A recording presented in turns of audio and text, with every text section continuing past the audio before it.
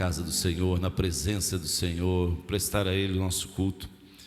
Quero convidá-los a abrir a Bíblia comigo em Josué capítulo 3.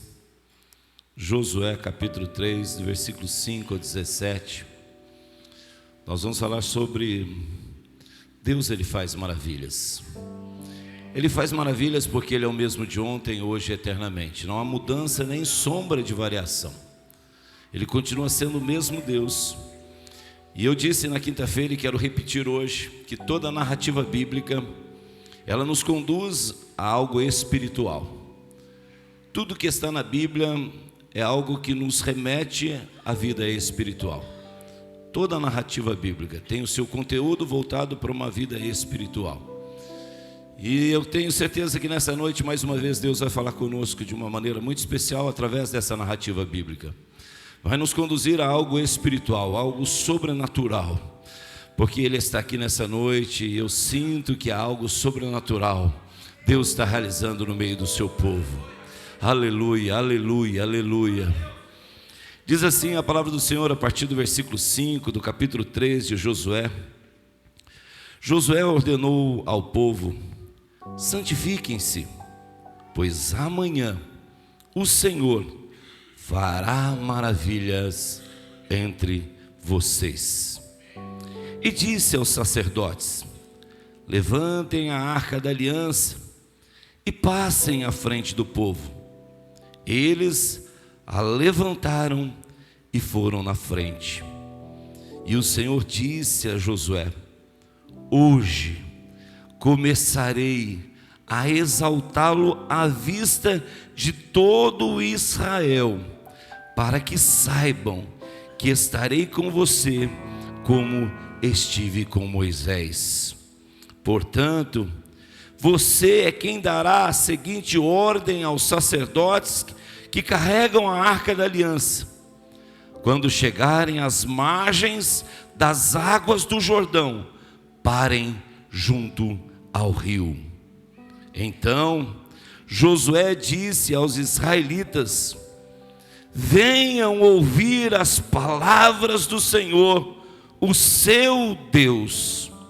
Assim saberão que o Deus vivo está no meio de vocês, e que certamente expulsará de diante de vocês os cananeus, os hititas, os heveus, os ferezeus, os girgazeus, os amorreus e os jebuseus. Vejam, a arca da aliança do soberano de toda a terra atravessará o Jordão à frente de vocês. Agora, escolham 12 israelitas, um de cada tribo. Quando os sacerdotes que carregavam a arca do Senhor, o soberano de toda a terra, puseram os pés no Jordão, a correnteza será represada e as águas formarão uma muralha. Quando, pois, o povo desmontou o acampamento para atravessar o Jordão, os sacerdotes que carregavam a arca da aliança foram adiante. O Jordão transbordara em ambas as margens na época da colheita. Assim que os sacerdotes que carregavam a arca da aliança chegaram ao Jordão e seus pés tocaram as águas, a correnteza que descia parou de correr e formou uma muralha a grande distância, perto de uma cidade chamada Dan, nas proximidades de Zeratã. E as águas que desciam para o mar de Arabá, o mar salgado, escoaram totalmente. E assim o povo atravessou o rio em frente de Jericó. E os sacerdotes que carregavam a arca da aliança do Senhor ficaram parados em terra seca, no meio do Jordão, enquanto todo Israel passava, até que toda a nação o atravessou também em terra seca. Amém? Feche seus olhos. Pai, obrigado pela Tua palavra, que nós podemos aqui ler livremente. A Sua palavra é viva, é eficaz, jamais volta vazia. Ela é lâmpada, ela é luz. Que nessa noite o Teu Espírito Santo possa fluir em minha vida e na vida de cada um que está aqui, aqueles que nos acompanham por rede social, que está precisando de uma palavra, Pai.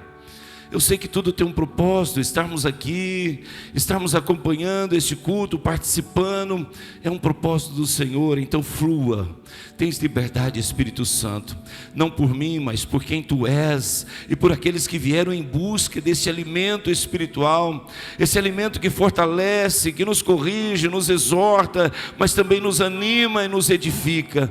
Que essa igreja, Pai, possa ser abençoada através da Tua palavra, Senhor. Que o Teu Espírito Santo nos use conforme o Teu querer, que a nossa boca seja a Tua boca, transmitindo o recado à Tua igreja, e que recebam cada um segundo as suas necessidades, em nome de Jesus, amém e amém. Jesus. Josué, todos nós conhecemos,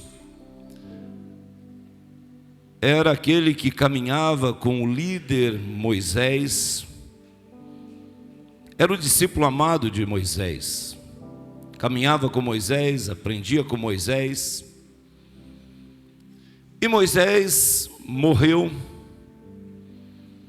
e Josué estava ali junto a esse rio Jordão, na cheia, com as suas ribanceiras tomadas por águas. E se nós lemos no capítulo 1, e a partir do versículo 1 e no versículo 7 também, com muita clareza, Deus vai animar Josué para a missão que ele receberia a partir de então, porque Moisés havia morrido. Havia uma missão importante para Josué cumprir: levar o povo agora, conduzi-los até a terra prometida. E lógico que ainda na caminhada haveriam alguns obstáculos a serem vencidos, mas Deus garante a Josué que estaria com ele, aonde as plantas dos seus pés pisassem, Deus estaria com ele. E agora, dentro desse capítulo 3, que nós lemos alguns versículos, nós podemos tirar algumas lições que o Espírito Santo ministrou ao meu coração. Eu gostaria de compartilhar com a igreja algumas lições que ficam claras diante daquilo que Deus fez e daquilo que Deus ainda faz na vida daqueles que andam com Ele, daqueles que têm uma vida com Ele. E a primeira lição que nós podemos tirar está no versículo 5. Primeiro versículo que eu li: Josué ordenou ao povo: santifiquem-se, santifiquem-se. Há uma condição: santifiquem-se. E após essa condição, olha que Deus fará: pois amanhã o Senhor fará maravilhas entre vocês. O homem, quando ele está andando no natural, sem uma experiência com Deus, o homem que ouviu falar de Deus, o homem que sabe que Ele existe, o homem que sabe que Jesus veio ao mundo, mas que ainda não viveu uma experiência pessoal com Jesus, que não recebeu ainda o Espírito Santo, essa pessoa gloriosa, é natural que a sua visão seja dentro de uma ótica humana. Ele vai olhar e enxergar aquilo que é natural, porque ele é um homem natural. Então ele vai olhar e ver que isso é uma flor artificial. Alguém com preparo, com equipamentos, pode fazer uma flor artificial. Isso é natural. Alguém se preparou para isso, recebeu o material e executou. Isso é natural. O homem natural tem essa visão. Mas aqui, o que Josué chama a atenção do povo diante daquilo que Deus falou com ele, é: santifiquem-se. Porque a santificação, quando nós buscamos a Deus, e ela vem através dessa busca, primeiro de um conhecimento de quem Ele é, de uma intimidade, de um relacionamento, de uma entrega. E quando nós passamos a nos relacionar com Ele, em busca pela oração, pela palavra, nós vamos viver a santificação. E ela vem por uma busca, por oração, por palavra. É assim que nós nos santificamos a cada dia. Quanto mais eu leio a palavra, quanto mais eu medito nela, quanto mais eu aprofundo nela, quanto mais conhecimento eu tenho da palavra do Senhor. Por isso é tão importante o conhecimento da palavra, porque quanto mais eu me aprofundo na palavra, mais santificado eu estou vivendo, e a cada dia é um degrau que estamos subindo na santificação da vida. Quanto mais eu oro, quanto mais eu consagro a minha vida a Deus, mais santificado eu sou, e essa santificação muda a minha maneira de olhar as coisas. O homem natural olha com a ótica humana, daquilo que é possível, daquilo que é palpável, daquilo que ele pode executar dentro do seu limite, da sua capacidade. Ele é natural, e tem muito homem natural capacitado, mas quando ele passa a viver a santificação, ele começa a viver as maravilhas de Deus. Santifiquem-se e vocês verão as maravilhas que Deus vai fazer no meio de vocês. O olhar passa a ser sobrenatural. Nós não olhamos mais com a ótica humana daquilo que é possível, nós olhamos na ótica daquilo que Deus pode fazer. Nós não olhamos na ótica daquilo que eu posso, mas eu olho na ótica daquilo que Ele pode fazer. Eu começo a enxergar o impossível, aquilo que está acima da ciência, aquilo que está acima do poder econômico, aquilo que está acima de todos os relacionamentos. Eu começo a olhar para um Deus que criou todas as coisas e que nada é impossível na sua ação de realização. Sabe por quê? Porque eu tenho um olhar espiritual que vai acima do olhar humano, daquilo que é possível. Não, meu olhar está naquilo que Deus pode fazer e nas maravilhas que Ele pode fazer no meio daqueles que estão com a sua vida santificada nele. Você está com a sua vida santificada? É natural que você veja o impossível. Quanto mais nós nos aproximamos de Deus, nós conhecemos o poder sobrenatural que Ele tem, do que Ele é capaz de fazer. Então a primeira lição que nós tiramos é que a santificação nos leva a viver o sobrenatural. Nós saímos de uma ótica natural para a ótica sobrenatural. Nós saímos daquilo que eu posso para aquilo que Deus pode. E aí eu olho para um casamento que na ótica humana parece não ter jeito. Eu sei que Deus pode restaurar um casamento, porque Ele age no sobrenatural.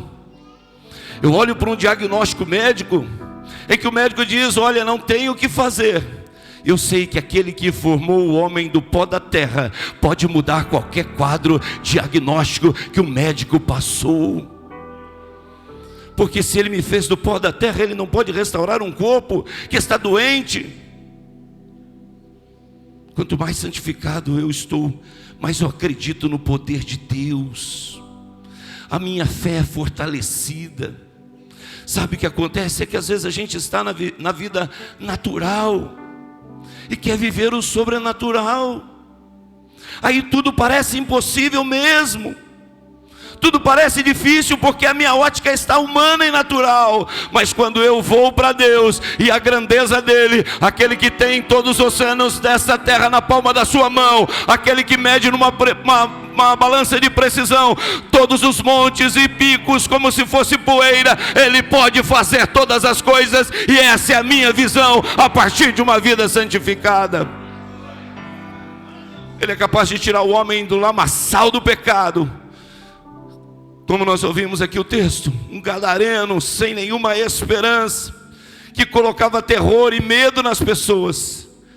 E ele diz: a partir de agora, volte para a sua casa e conte para os seus o que Deus fez na sua vida.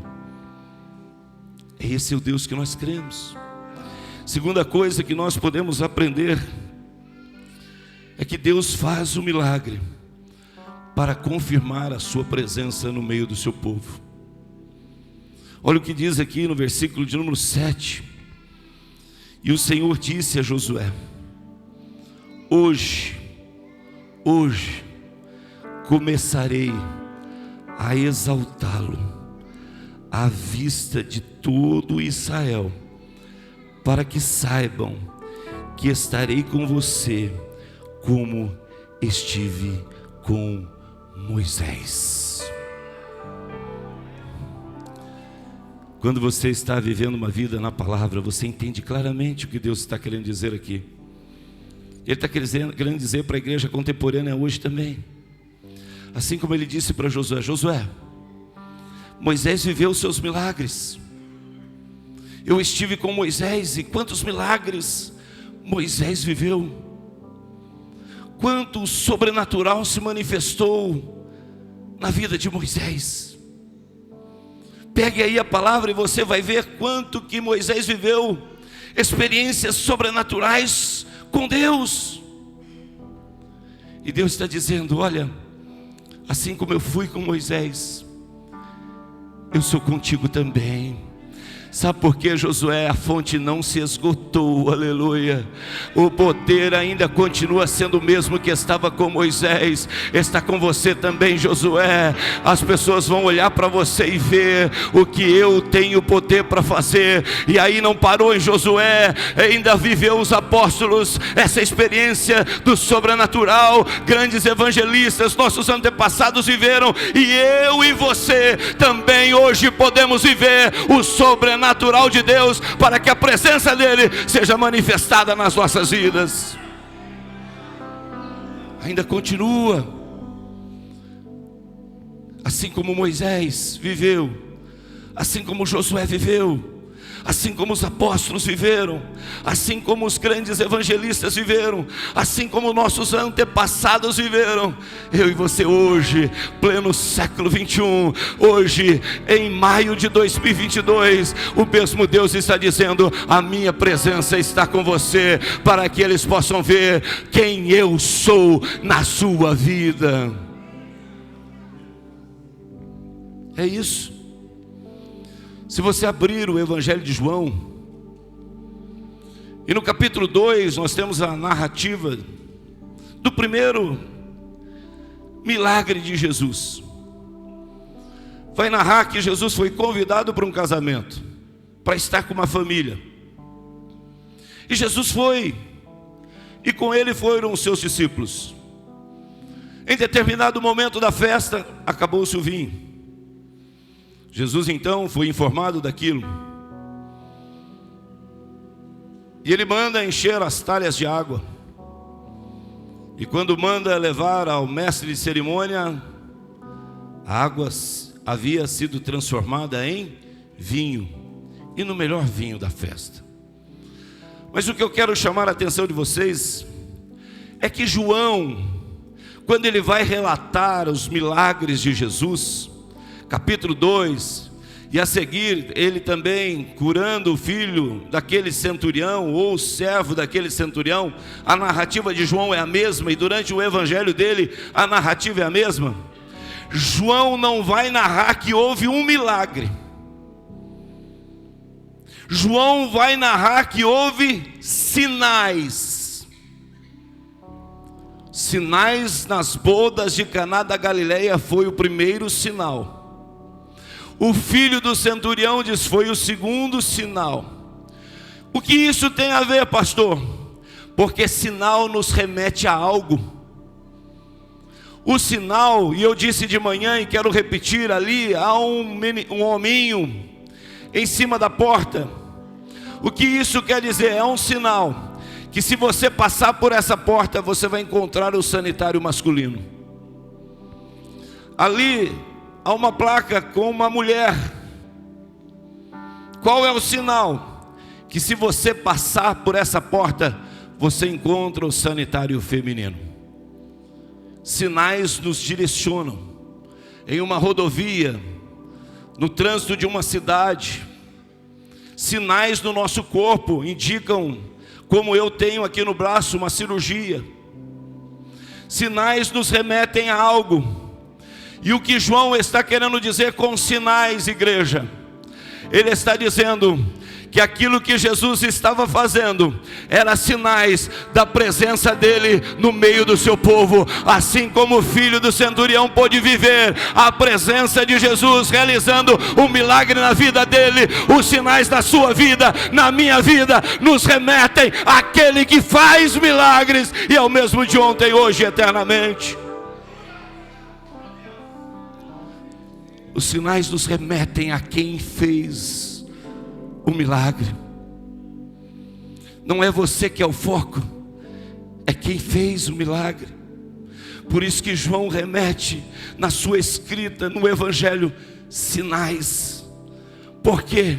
Porque nos direciona aquele que tem todo o poder, e ele continua operando para que a glória dele seja manifestada na minha e na sua vida, para que as pessoas olhem e vejam: essa pessoa foi transformada. Volte para sua casa, conte para os seus, diga o que Jesus fez na sua vida.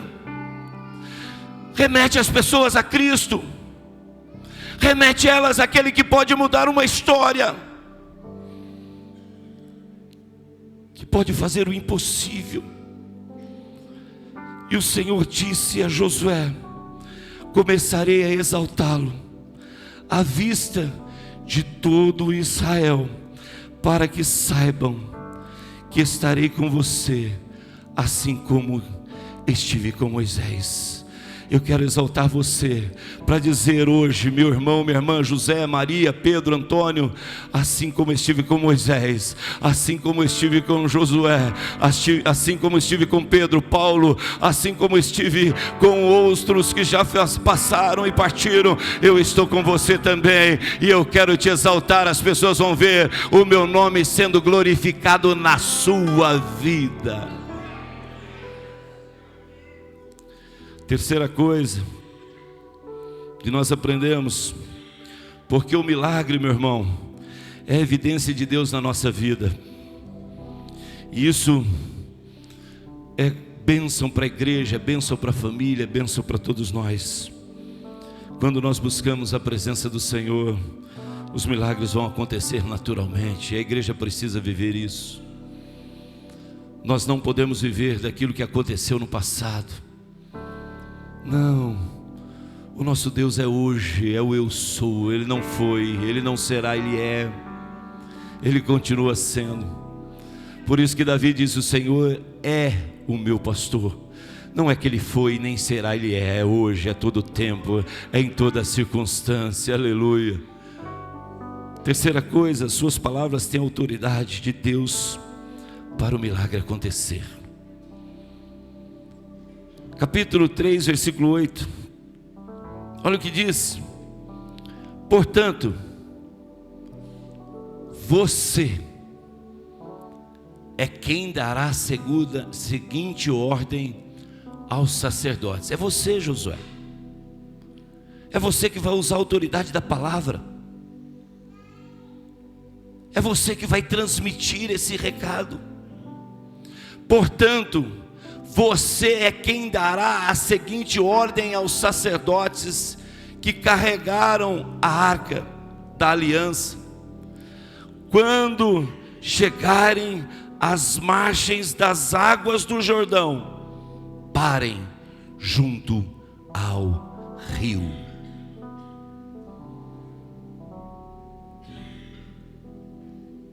O que você tem feito com as suas palavras?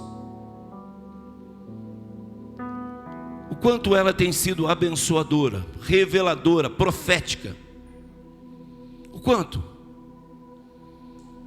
O quanto você tem usado da autoridade que Deus nos confere O que você tem feito com ela? Jesus, passando pelo caminho de Jericó, alguém começa a gritar: Jesus, filho de Davi, tem misericórdia de mim. Ninguém toma nenhuma atitude, e ele continua gritando mais forte: Jesus, filho de Davi, tem misericórdia de mim. Ele era cego, mas estava usando a palavra. Jesus, filho de Davi, tem misericórdia de mim. Para! Os seus gritos estão incomodando. E ele mais forte ainda começa a gritar. E Jesus para, o chama, e eles levam aquele homem cego até Jesus. Jesus sabe todas as coisas. Ele conhece o nosso pensamento, o intuito do nosso coração. Ele conhece tudo que passa na nossa mente. Ele nos vê em todo lugar. Onde nós estamos, em que os olhos humanos não veem, Ele está vendo. Aonde o pensamento da mulher ou do esposo não consegue ler, Ele sabe o pensamento. Mas Jesus, quando aquele homem é levado até Ele, Jesus faz uma pergunta: o que você quer? E Ele usa a palavra para dizer: eu quero ver. E Jesus disse: mediante a tua palavra, veja. E o homem passou a enxergar.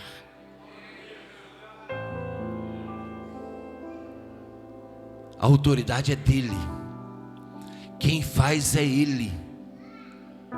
Mas você tem usado a palavra como? Como nós estamos usando? Você, portanto, é que dará a seguinte ordem aos sacerdotes: quando chegarem às margens das águas do Jordão, parem junto ao rio. E eu quero ir agora para mais um ponto e encerrar. O milagre acontece além dos nossos limites. Sabe por quê? A ordem era: quando chegarem no rio, parem. Parem. Parem. Vocês são limitados. O rio está cheio.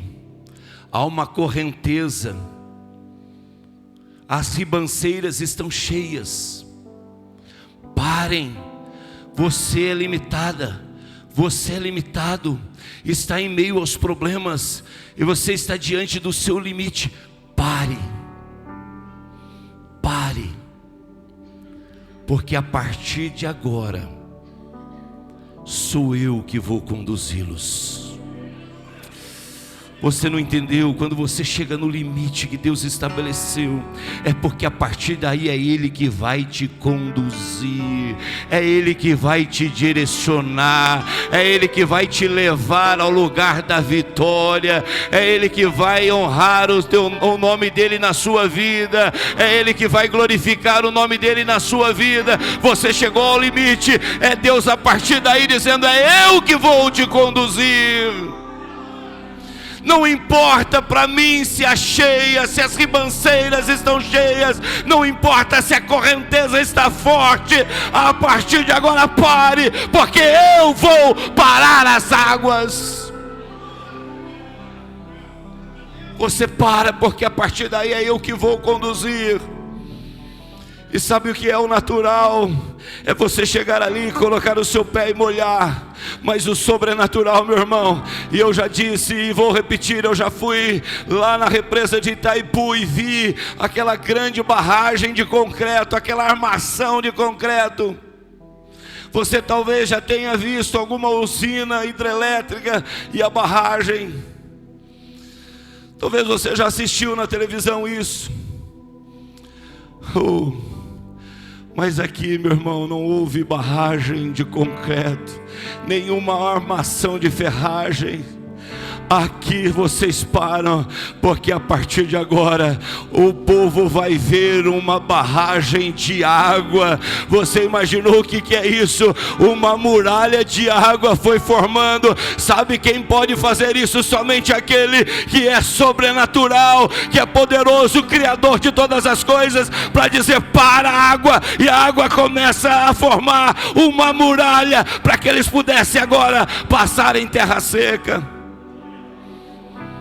O milagre acontece além do nosso limite, porque aquilo que nós podemos fazer, Deus vai deixar que a gente faça. Mas aonde nós chegamos, o nosso limite é estabelecido e nós não conseguimos mais. É Ele que vai. Olha o que Ele diz, versículos 8 e 9: portanto, você é quem dará a seguinte ordem aos sacerdotes que carregam a arca da aliança: quando chegarem às margens das águas do Jordão, parem junto ao rio. Então Josué disse aos israelitas: venham ouvir as palavras do Senhor, o seu Deus. E aí então aquele povo fortaleceu-se na fé. E aí vem o versículo 14 ao 17: quando pois o povo pela fé, aleluia. E o Senhor te convida nessa noite a desmontar todo o seu acampamento, para avançar.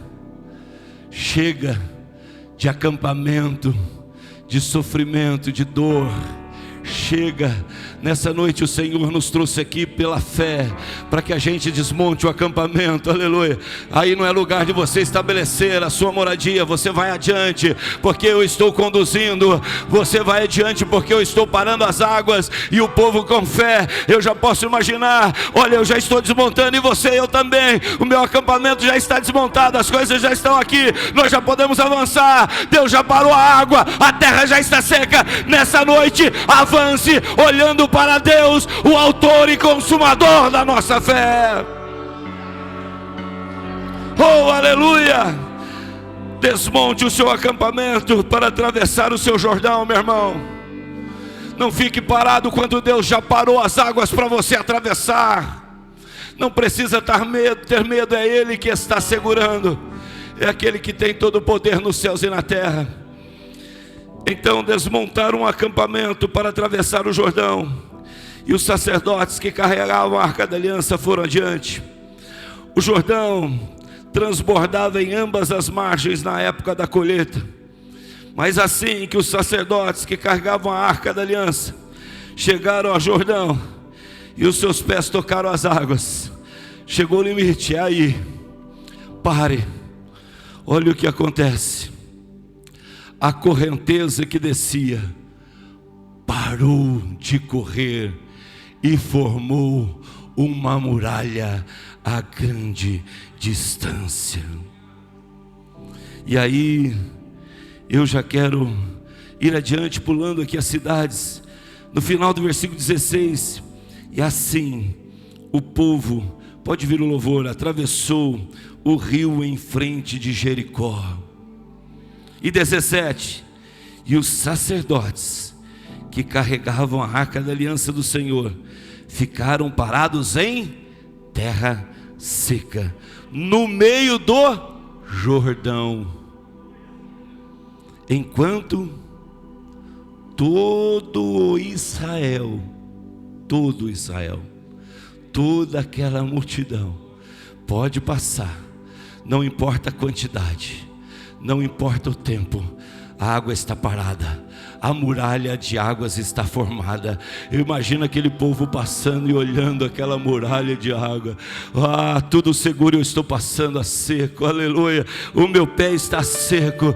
Ah, meu irmão, Deus quer te honrar, te glorificando o nome dele na sua vida.